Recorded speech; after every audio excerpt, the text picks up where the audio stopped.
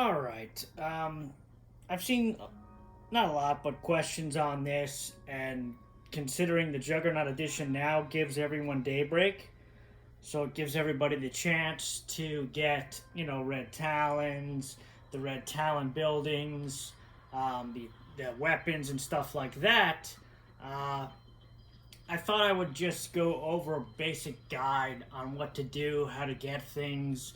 Maybe I'll show some tactics in this video because I have numerous videos on how to beat it. Solo being you play by yourself and not with other people. Now, why you would want to do that is because the multiplayer can be a little iffy, and a lot of times you can be having a great game with other people and then the connection disconnects and then you just lose all that time. You do get the prestige up to that point, but anything other than round 7 is passing round 7 is really peanuts. You get pretty much, even up to round 6, you get about half of the prestige you get if you beat round 7.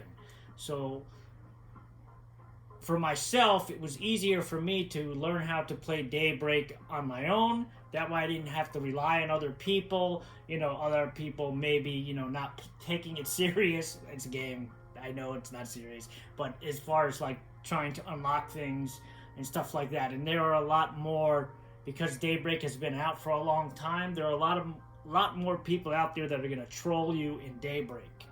Sorry to say, but that's the way it is. Most people have a lot of this stuff unlocked, so they go in there and they're going to try and ruin your game.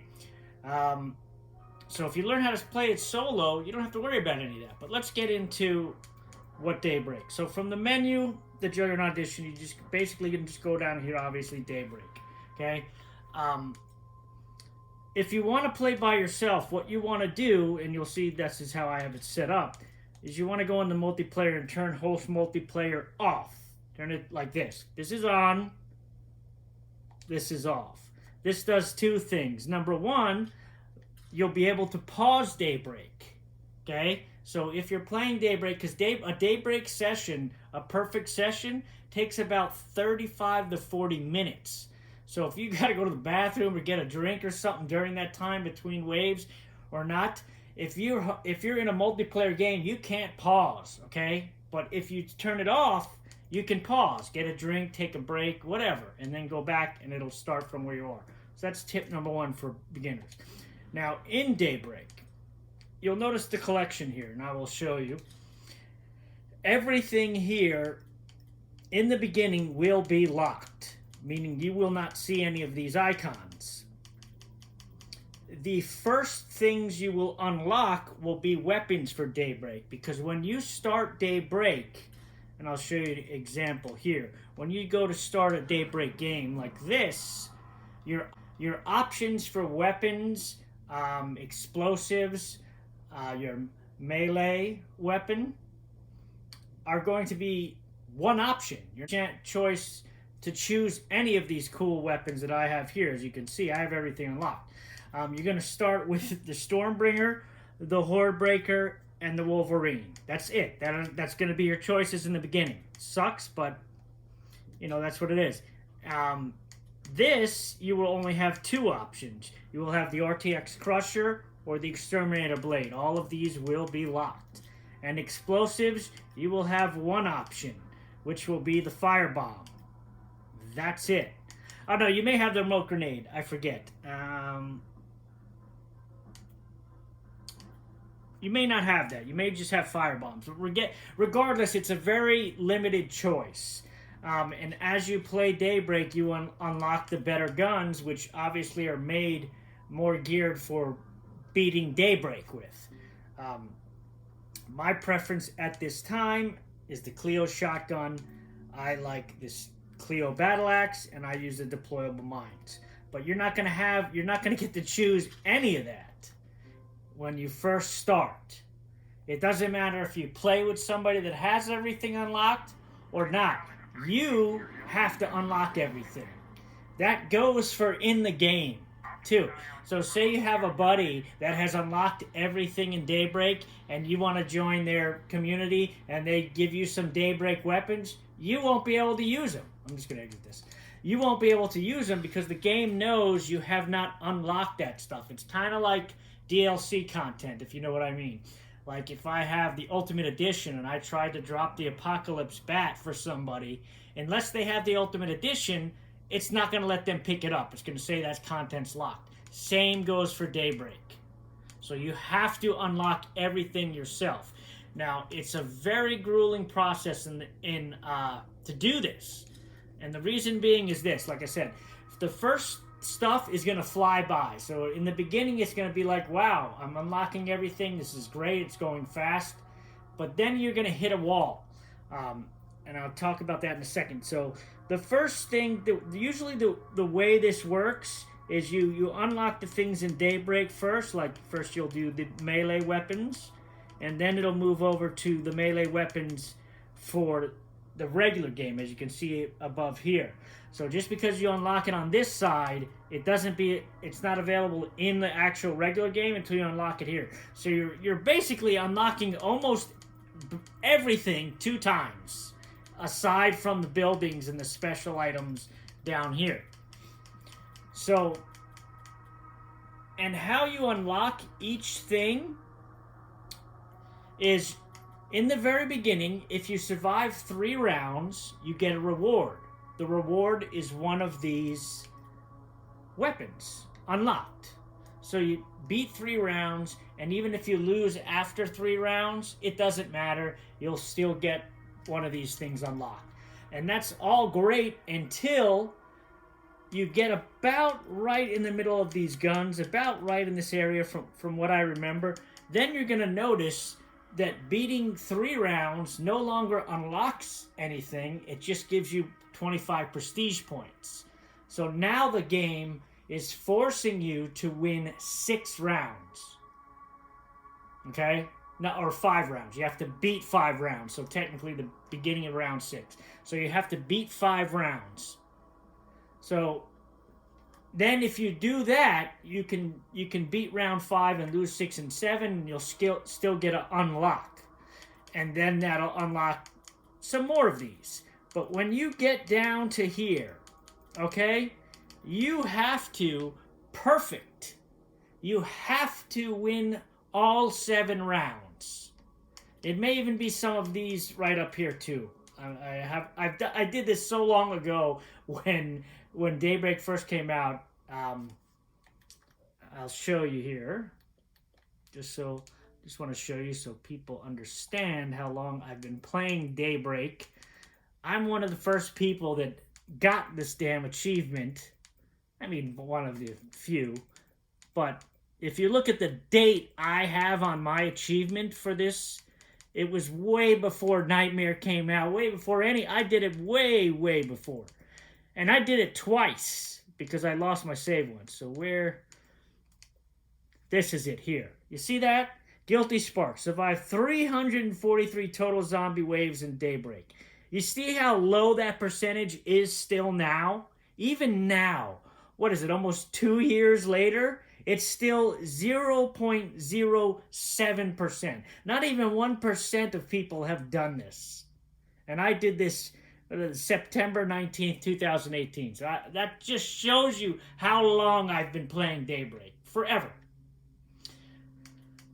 And like I said, so you have to beat all 7 rounds to continue unlocking things. So first it's going to be 3 rounds will unlock, then 5 rounds, and then to get the best things, you have to get perfect all 7 rounds. You can get to 6 round, you can get the 7 round and have 10 seconds left, and if you die or if somebody disconnects the host you're connected to, this is another reason why you want to learn to play solo. If you could be with somebody that's a great player, and then they could get to round 7, and if they want to be a jerk about it, or maybe their internet just sucks, and the connection drops, and you're not the host, guess what? You don't get the rewards. You get everything up until that point, but it doesn't count as beating round 7. So this is why I say you want to really learn how to play on your own. Of these things, the absolute essential ones you want when you get down here. The tumbler is a good attachment. It's very cheap. As you can see here, it only costs 350 prestige, which is about 3 rounds or so. the transmitter is okay. It calls in a special Clio strike, but it is cost prestige every time. So it's kind of like you could use it in emergency situations, but it, you know, every time you use it, you got to earn your prestige back. So not that great. The bunk room, the buildings are where it's at, honestly, because the buildings are, you get it, and then you buy it from the prestige trade. That's the other thing. Once you unlock these things, it's not like the bounty hunter, where you just go to the bounty hunter and he's like, oh, you completed the bounty, here you go. Now, this just unlocks them for purchase. So you still have to call in a special prestige trader from the day. There's a Daybreak radio command in the game. Let me just show you that, just so, because some people may not know. I'll go to one of my communities and I will show you this, just so.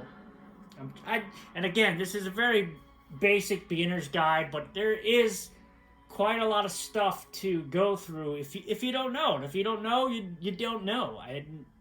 If somebody doesn't show you, how the hell are you gonna know? And I like teaching people things, so here we are. And I think I'm a fairly decent teacher when I'm not screaming and yelling.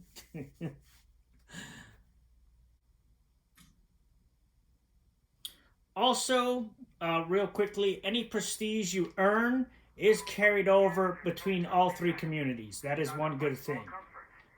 You can see I have a huge amount here. I've been grinding the shit out of Daybreak since the stuff has been fixed.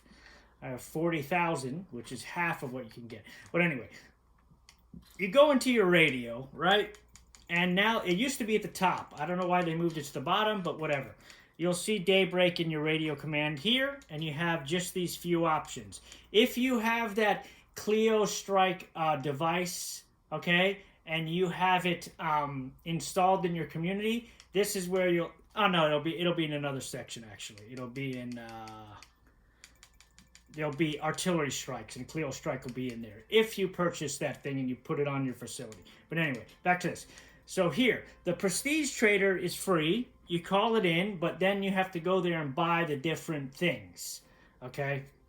And then these are the two options. You have the Red Talon Operator, which is the one in the Daybreak outfit, which is like the mask or the hood, whatever you want to call it, and the whole Daybreak outfit, and then Recruit Red Talon Soldier. These two are the exact same stat-wise. There's not going to be any difference.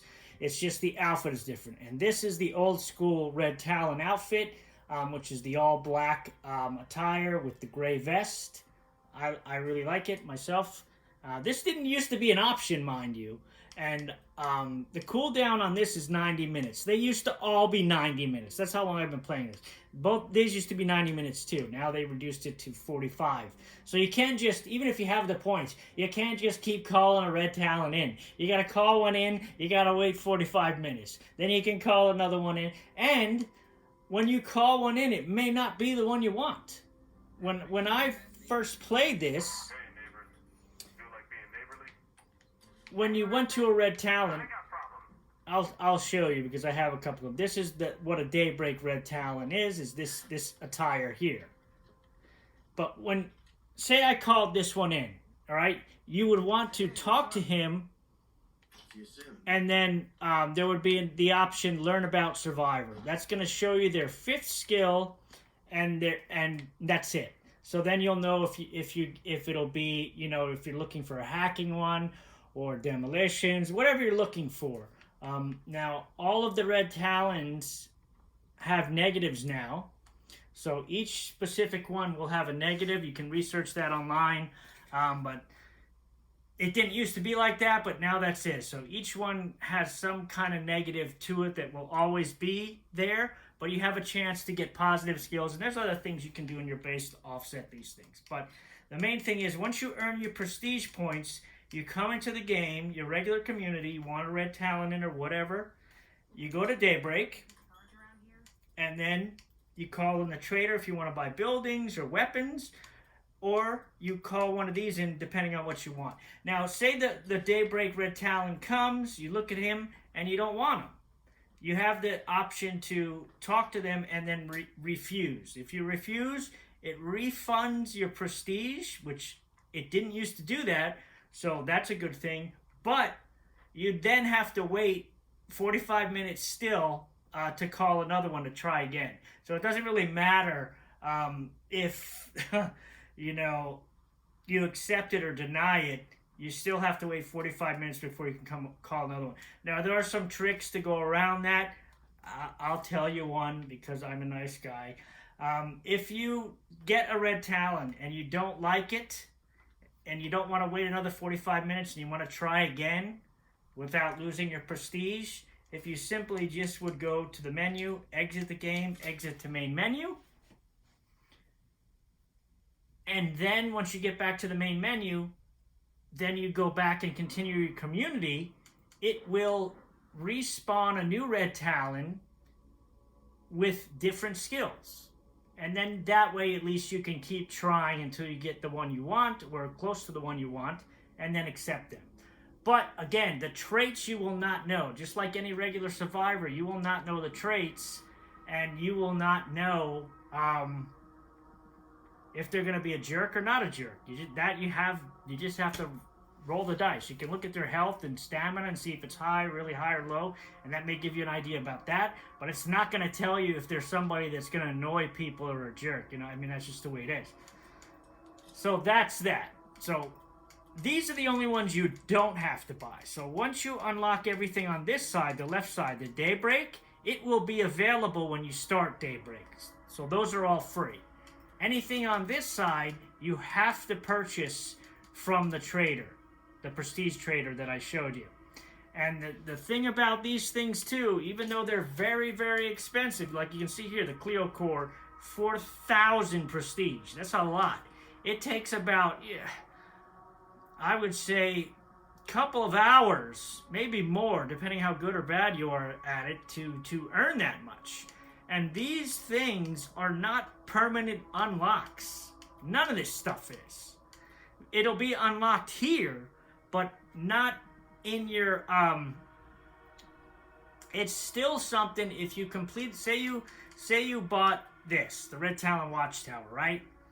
And you completed your legacy and you had this, and you did not take it off of your base and put it on one of your survivors that beat the legacy, you would lose that. It would be gone, and you would have to buy it again. So that is that's one of the number one things. Any of these buildings or any of this stuff you buy, if you are going to beat a legacy, make sure, same as like anything else in the game, you take it off and put it on your survivor that you plan on keeping, obviously. That way you can bring it to a new community, and continue using it. Or else you got to buy it again every single time, which is really annoying. And like I said, it starts off really fast, where you start unlocking these and they're really fast. But once you hit that mark where it doesn't unlock a weapon or item anymore and it just gives you prestige, then you got to win 5 rounds perfect and then that's going to stop. And then it's going to be, you have to perfect 7 rounds to get the last bit of this stuff. Which a lot of us did not know in the beginning because we were playing it as it was released and nobody told us this. So I really wish somebody would have told me this, because I used to think, oh, okay, I'll just play up to round 3 and unlock everything. It doesn't work that way. Can't do it. So that's why the grind, and it takes so long to unlock everything in Daybreak, because you can't just get to the round 3, the reward, and then quit the game. And that's probably why they did that. I don't know, but it makes it super, super grueling. And once you get to this unlock, you're pretty much, it may be like the achievement is, survive 343 rounds. That may be the minimum amount it takes to unlock all of this. So just think about that. At least 343 rounds. Maybe a little less. I don't remember. I've played so many rounds, I can't tell you. Alright? So that is how the system works. That is how you unlock things. I will teach you a little strategy, like I said, because I want to do it. So in starting Daybreak, okay, even if you do not have anything unlocked, there are some very important things you want to do when starting Daybreak. So, just for example, I will show you. Say I only had the starting 3 weapons. My choice would be the Wolverine shotgun. It's a decent shotgun. You can see the power is high. The accuracy is trash, but the zombies are mostly going to be right in front of you. So you're not going to be sniping people way out in the field. It's a very short board. So I go with the Wolverine. As far as this, I go with the sword. The reason being is because the ease of use, you can see, is almost matte. I'll select it. Compared to this, a little more durability, and it has knockdown, but knockdown over dismember and lethality, you want more than knockdown, in my opinion. That's why I always use the blade. And the reason being is there's going to be a lot of armored zombies in Daybreak. And armored zombies, as you know, they can't be killed by fire. You shoot them in the head. You got to shoot them a bunch of times before the helmet comes off. But this has a chance to just slice their head off, if you're lucky. Much better than this. If you hit them with this, then they got to knock down, and you got to, then finish them. It's just not... I don't prefer it myself. If you prefer blunt over blade, then you could do that. Here, you're most likely going to get these two. If you have a choice, I would go with the remote grenades, because those are better for say one of the walls that you're protecting gets swarmed. This grenade will clear out, like I said, the armored zombies. This will not. Another tactic I'll let you in on are bloaters. Bloaters are constantly on every level. They just keep coming. But you can use the bloater to your advantage in Daybreak. Because if you throw a firebomb into a bloater that has exploded and there's just gas there, as in the regular game, it creates a big, big explosion. Bigger than any of these things, most of these things, and damages pretty much will kill everything in that area. So one easy tactic to do if you don't have any of the better explosives yet is to do the firebombs, and I'll select them, and then let the bloaters get to the wall. And you may be thinking, well, why the hell would you want to do that? The reason being is like I just said. So when they get to the wall and they fall down, if there's a bunch of zombies there, it's going to be a lot easier to just throw a firebomb there and blow them all up than it is going to be to run up to each one and maybe stealth kill them or knock them down and that kind of stuff. That's if the walls are full and there's a bloater there. If there's a bloater, and there's nobody on your walls, then you may let them get a little closer. But even then, use the bloater gas to your advantage anytime you can. For juggernauts as well. If there's a bloater and then there's a juggernaut behind it, kill the bloater and throw a firebomb in there. It will, yes, catch the juggernaut on fire, but it's going to damage the hell out of him. May even knock him to his knees. So, if this is all you had, this is what you would do.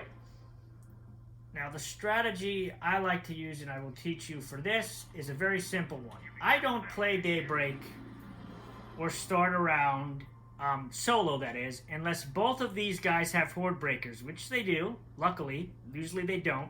If either of them have a shotgun, I don't start Daybreak. I'd prefer they both have swords too, but I'm not going to get that picky. So what you want to do is immediately, don't talk to the tech, but run and repair this wall as quick as you can. So we get stuck holding off endless waves of zombies. Okay?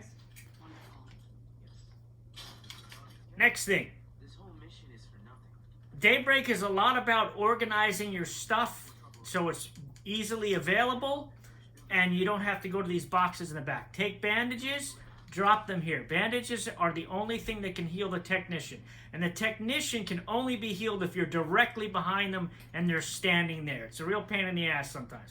I'm trying to do this quick. Grab the repair kits and the meds. Both. Grab them. The Cleo ammo you can grab too, but this is what you want to do. Now that you got that one wall repaired, you're going to run over here, drop all the repair kits here. Jump the wall. Run to, I like to do it in the front of the wall here, drop all the health kits here. Okay? Over here, you want to start, or on the right side, whichever side you want. I'm just used to doing this side. Drop your Cleo ammo, because even if you don't have the Cleo ammos unlocked now, they do unlock later in the game. So say you chose the shotgun like I did, it's only going to start you with 60 rounds. So you're going to go back to the box and grab this. Unload whatever weapon you're using, so you can get extra ammo, and take all the ammo out of it.